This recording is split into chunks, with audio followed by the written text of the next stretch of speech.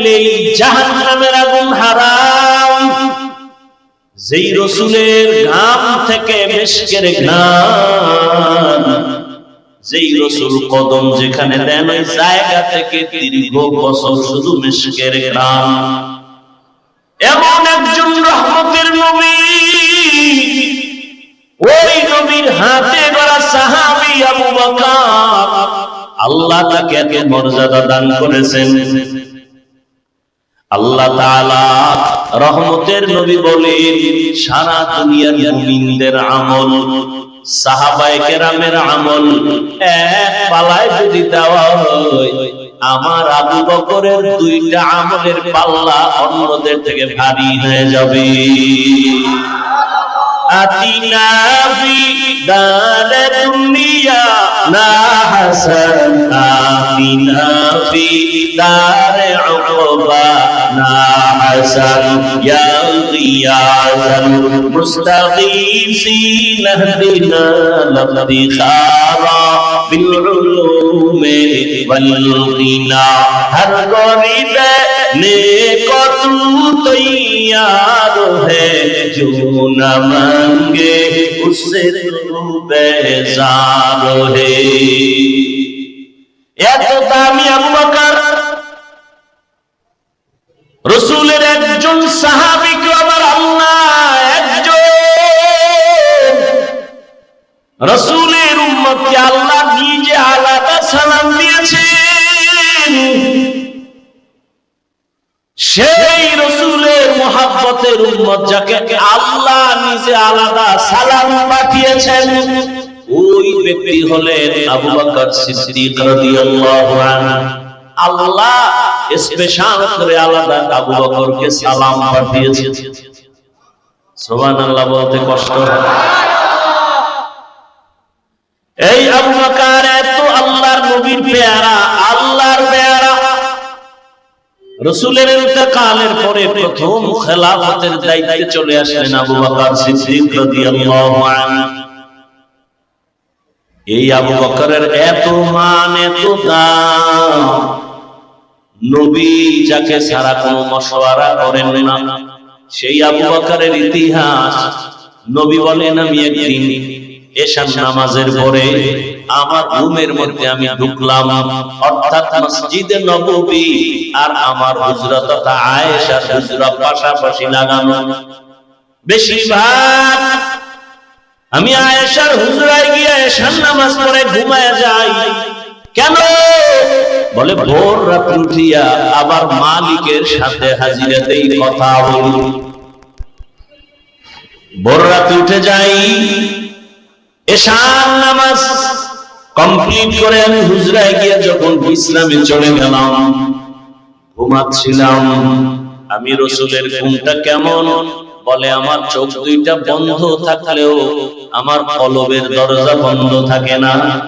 আমি মুহাম্মদ ঘুমাইলে আমার চোখ ঘুমায়, আমার কলব ঘুমায়। রহমতের নবী কে ছিল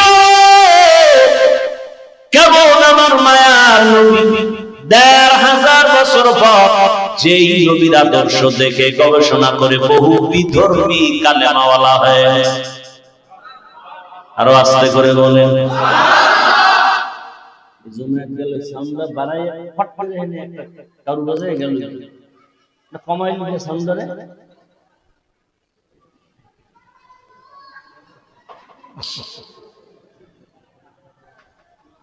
কি কথা বলতেছিলাম? গেছে ১ মিনিটে ভুলে গেছে।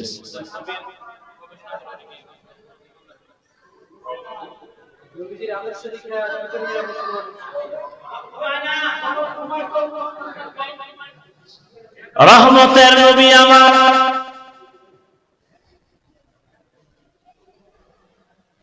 এশার নামাজের পরে আম্মা জান আয়েশা রাদিয়াল্লাহু আনহার হুজরায় ঘুমাইছেন। হঠাৎ করে রাসূলের ঘুম ভেঙে গেল। রাসূল উঠে বের হয়ে গেলেন। আম্মা জান আয়েশা তখন ঘুমে নিমগ্ন ছিলেন। কিছুক্ষণ পর আম্মা জান সজাগ হয়ে দেখে নবী বিছানায় নাই। রহমতের নবীকে তালাশ করার জন্য আম্মা জান আয়েশা রাদিয়াল্লাহু আনহা বের হয়ে গেলেন। মনের মধ্যে ধারণা রহমতের নবী বোধহয় অন্য বিবিদের ঘরে কোথাও গেছেন, কিন্তু খুঁজে খুঁজে আলামত দেখে দেখে নাই। খুঁজতে খুঁজতে গিয়ে দেখে রহমতের নবী জান্নাতুল বাকির সামনে উম্মতের জন্য দোয়া করে আর কান্না করে।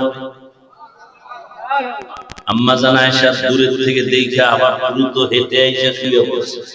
মনে মনে ধারণা আমি যে রাসূলকে দেখতে গেলাম, নবী যেন এটা টের না পায়, আমি আগের মতোই শুয়ে পড়লাম। রহমতের নবী আছে, আম্মা জান আয়েশা ঘুমে গান করিয়াছেন। রহমতের নবী কিছুক্ষণ পরে আসছেন। আইয়া কয়, এই আয়েশা, তুমি যে আমার পিছে গেছো, তুমি যে তাড়াহুড়া করে আসছো, তুমি যে চাদর উপরে দিছো, তোমার ঘন ঘন শ্বাস বের হচ্ছে, চাদরের টের পাওয়া যাচ্ছে, আর তুমি কি মনে করছো আমি আবু বকরের মতো? তোমার বাবা আবু বকরের মতো তুমি কি ভেবেছো আমি ওমরের মতো? না না, আমি মুহাম্মদ সামনে যেমন দেখি পিছনেও তেমন দেখি। আল্লাহ আমাকে পাওয়ার দান করেছেন, আমি সামনে যেমন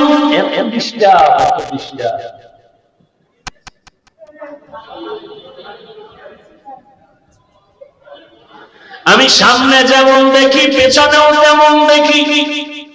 আল্লাহ পাওয়ার আমাকে দান করেছে, আমি ডানেও যেমন দেখি বামেও তেমন দেখি। আমি আলোর ভেতরে যেমন দেখি, অন্ধকারের মধ্যে আমি তেমন দেখি। কে পাওয়ার দান করেছেন? ইমামুল আউয়ালিন আল আখিরিন বাহরে সাদকা রাহমাতাল লিল। আবার বলাইতে বুঝি রহমতের নবী বলেন, ও আয়েশা, তুমি আমাকে তোমার বাবা আবু বকরের মতো মনে করিও না রে আয়েশা।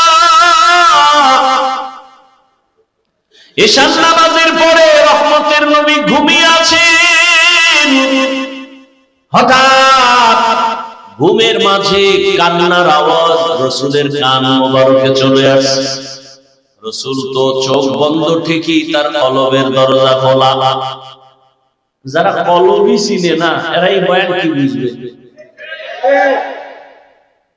এরা মোবাইল নিয়ে ব্যস্ত, মোবাইল বুঝে, কলব বুঝে না। রহমতের নবী চোখ মোবারক খুললেন, ধ্যান করলেন কান্নার আওয়াজ কোথায়। হঠাৎ খেয়াল করে দেখলেন মসজিদে নববীর ভেতরে রাতের গভীরে কান্নার আওয়াজ আসছে। নবী ঘুম থেকে উঠলেন, বের হয়ে গেলেন, মসজিদে নববীর দরওয়াজায় গিয়া দাঁড়াইয়া ভেতরে নজর দিয়েছেন। নবী তাকায় দেখেন একজন ব্যক্তি নামাজে দাঁড়ায় ফোঁপায় ফোঁপায় কান্না করে। কান্নার আওয়াজে রাসূলের ঘুম ভেঙে গেছে।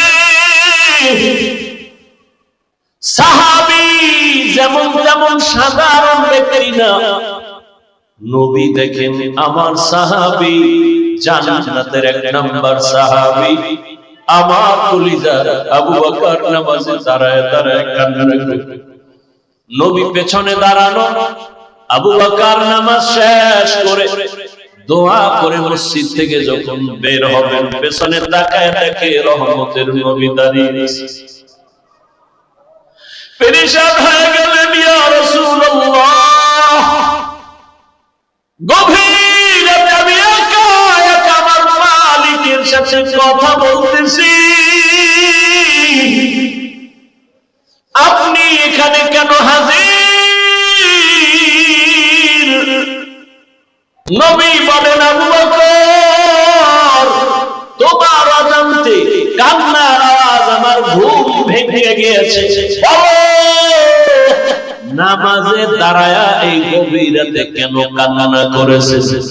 আবু বকর বলেন, ইয়া রাসূলুল্লাহ, কোরআনের একটা আয়াত পড়তে পড়তে আমার কান্না চলে আসে। কোন আয়াত পড়ে কাঁদছেন বলেন? আবু বকর বলেন, ওই আয়াত, ইন্নাল্লাহা আশতারা মিনাল মুমিনিনা আনফুসাহুম ওয়া আমওয়ালাহুম বিআন্না লাহুমুল জান্নাহ। অর্থ কি? বলে আল্লাহ বলেন, আমি মুমিনের জান মাল কিনে নিয়েছি, বিনিময়ে আমি মুমিনের জান্নাত দিয়ে দিয়েছি। রহমতের নবী বলেন, এটা তো খুশির খবর, এখানে কান্নার কিছু নাই। আবু বকর তো সেই আবু বকর, আল্লাহ কি পরিমাণ মেধা তাকে দান করেছেন। আল্লাহ যখন আয়াত নাযিল করলেন, ইযা জা নাসরুল্লাহি ওয়াল ফাতহ ওয়া রাআইতান নাসা ইয়াদখুলুনা ফি দীনিল্লাহি আফওয়াজা, সাহাবায়ে কেরাম আনন্দিত, দলে দলে বেঈমান কালেমা পড়ে আল্লাহ ঘোষণা দিয়েছেন, নবী বিজয় হয়ে গেছেন, আপনার বিজয় সুনিশ্চিত। কিন্তু এক কোনায় বৈশা আবু বকর অঝোরদার কান্না করতেছে। সাহাবায়ে কেরাম বলে, আবু বকর, সবাই খুশি, আপনি কেন কাঁদেন? বলে, তোমরা ভাবতেছো খুশির খবর, কিন্তু এখানে বড় কঠিন হালাত। আমার মন বলতেছে রহমতের নবী বোধহয় আর বেশি দিন জমিনে থাকবেন না। আল্লাহ পাকের ইশারা, বিজয়ের পূর্ণতা লাভ করেছে রাসূল, এখন দায়িত্ব শেষ, নবী চলে যাবেন। তাই ভাবতেছি আমি, মুফাসসিরিন ইকরাম বলেন, ইজাজা সূরার এই ব্যাখ্যা যে যতজনে করেছে, আবু বকরের ব্যাখ্যাটাই শ্রেষ্ঠ। সেই আবু বকর তেলাওয়াত করে আর কাঁদে, নবী কয়, খুশির খবর কাঁদলেন কেন? ইয়া রাসূলুল্লাহ, আমি ব্যবসা করি, আমার দোকানে আজ এক মহিলা আসিয়া বহুদিন আগে আমার দোকান থেকে মালটা ফেরত দিয়ে টাকা নিয়ে গেছে। আমি বিদায় বেলা বলছিলাম, হে আম্মা জান, কেন আপনি মাল ফিরাইয়া টাকা নিয়ে যাচ্ছেন? মহিলা বলে, সময় কম, একটা জবাব দেই, তোমার দোকানের মাল আমার পছন্দ হয় না। আমি আবু বকরের অন্তরে দাগ কেটেছে। হাসরের ময়দান ভয়ঙ্কর। আপনি রাসূল তো কিয়ামতের বয়ান করেছেন আর আপনি কান্না করেছেন, আমরাও কান্না করেছি। কিয়ামতের দিন আপনি বলেছেন কিয়ামতের ময়দান এতটা কঠিন, নারী আর পুরুষ সব উলঙ্গ দাঁড়াবে, সূর্যের গরম, জাহান্নামের আগুনের গরম, আল্লাহ কুদরতের ভয়ঙ্কর আওয়াজ দিবেন। এমন এক অবস্থা হবে হাসরের ময়দানে, জাহান্নামের চিৎকার শুরু হবে। জাহান্নাম বলবে, আল্লাহ, বেনামাজি গুনাহগারগুলো আমার পেটে দাও, ক্ষুধা আছে। আল্লাহ কুদরতি ভাবে বলবেন, একটু অপেক্ষা কর, বেনামাজিদের একটু আমলনামাটা মাপ দিয়ে নেই, দেখো ওর গুনার পাল্লা কত ভারী। আল্লাহ পাক কথা বলার পরেও জাহান্নামকে ধরে রাখতে পারবে না। আল্লাহ বলবেন, ৭০,০০০ শিকল লাগাইয়া জাহান্নামকে পিছন দিকে টেনে ধরো ফেরেশতারা। ৭০,০০০ শিকল, এক একটা শিকলের গোড়ায় ৭০,০০০ ফেরেশতা লাগাইয়া টানিয়াও ধরে রাখতে পারে না। রহমতের নবী বলেন, এমন কঠিন হালাত হবে কিয়ামতের ময়দান, ওদিকে সূর্যের গরমে মাটির জমিনটা তামা হয়ে যাবে, কেউ দাঁড়াইতে পারবে না। বেনামাজি গুনাহগারের মাথার মগজগুলো হাতের মারের মতো উঠতে থাকবে। এমন কঠিন সময় সব নবীদের কান্না শুরু হয়ে যাবে। আদম নবীর কান্না, মুসা নবীর কান্না, ঈসা নবীর কান্না। আবু বকর বলেন, ইয়া রাসূলুল্লাহ, ওই সময় আমার আল্লাহ আরো কঠিন কঠিন হুঙ্কার দিবেন। ওয়ামতাজুল ইয়াউমা আইয়ুহাল মুজরিমুন, আল্লাহ বলবে, ও গুনাহগারেরা, নেককারদের থেকে তোরা আলাদা হয়ে যা।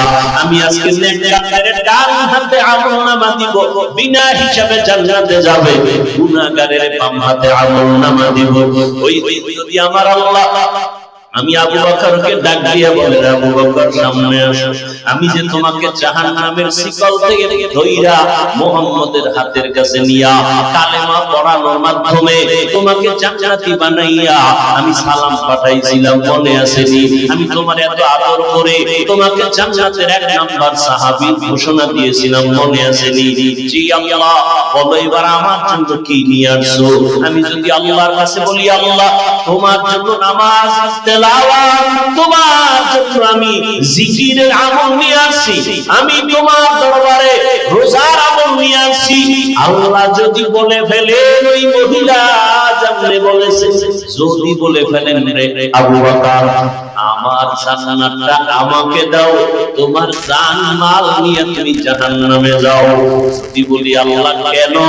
বলে যদি আল্লাহ আবু বকর আমি যেইভাবে নামাজ চাইছি ওইভাবে নামাজ তুমি পড়ো নাই, আমি যেইভাবে জিকিরটা চাইছিলাম তুমি ওইভাবে মহব্বতে জিকির করো নাই, আমি যেইভাবে রোজা রাখার কথা বলছিলাম তুমি ওইভাবে হক আদায় করে রাখো নাই, আমি যেইভাবে নামাজ আদায়ের জন্য বলেছি হক আদায় করে তুমি আমার জন্য করো নাই, আমার সব তোমার আমল তুমি নিয়ে জাহান্নামে যাও, আমার জান্নাত আমারে ফিরায় দাও।